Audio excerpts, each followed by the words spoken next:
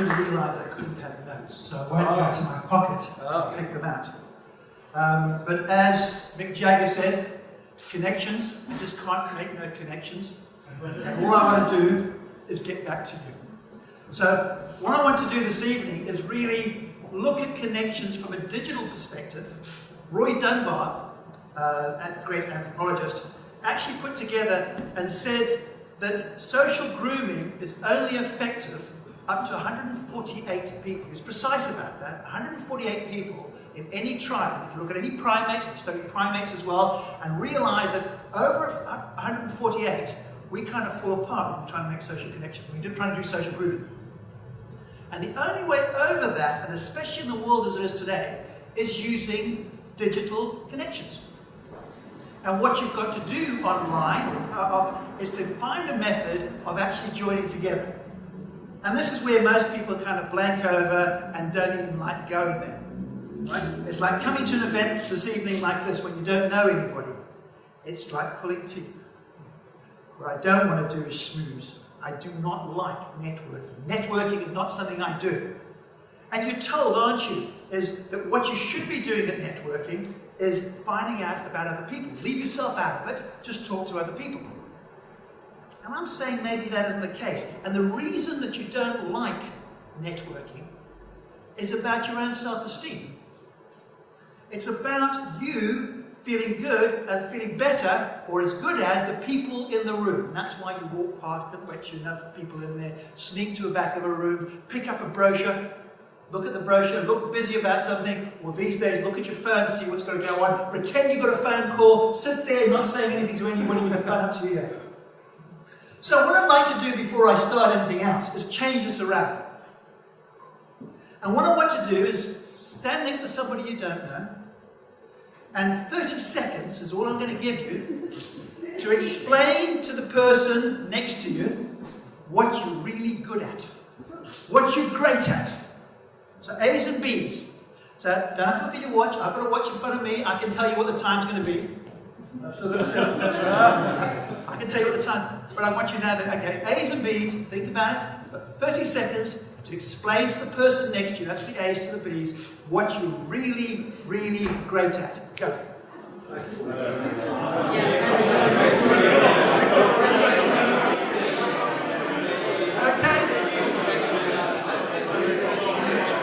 Time, please. Thank you very much. There you go. Stop.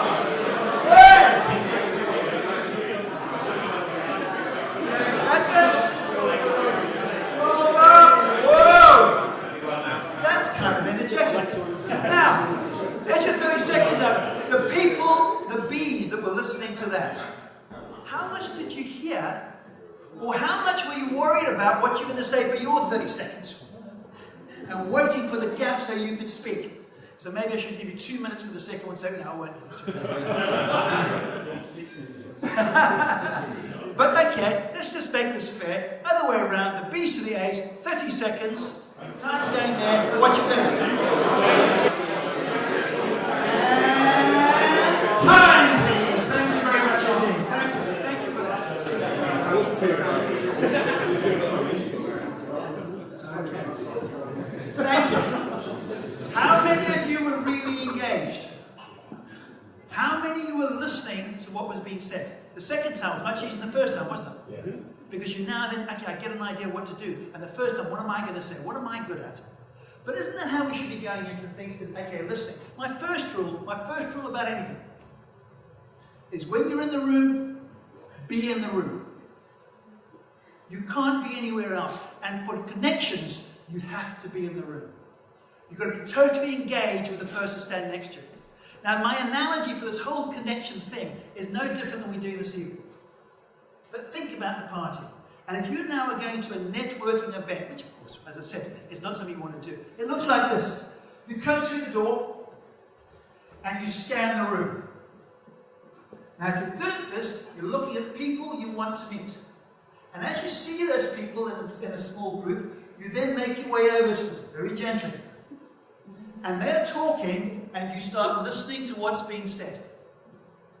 You don't interrupt them. It's not about, my name is Bob Battye, I work for Vistage, can I sell you something, please? You cannot sell when you are networking. Selling and networking do not work together. So I sidle my way up, I listen to what's being said.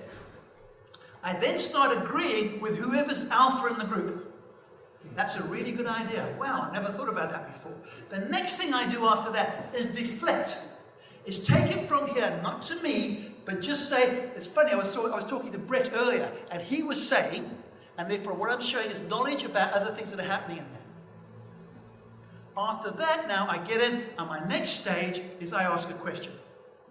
What do you do? How do you do it? Or even better, what do you think about whatever's happening in the event? From there, what I'm waiting for, 3 minutes left, bloody hell. What I'm waiting for is somebody to ask me what I do. And this is not that old elevator speech. Forget your elevator speech. Nobody has time. And you need a one-liner. My one-liner is, I make millionaires happy. That's what I do. Which consists of, I make you rich, don't I, Eleanor? Yeah, right? Okay. And I make you enjoy it, don't I, Eleanor? Oh, yeah. And it's those two elements there. And all I want from that is, tell me more about it. How do you do that? And when I get that information coming up, now I can deal with it outside the networking event. Because I've got to get around to as many people as I want. And it's not about giving my business card out. It's about receiving business cards. About getting them back.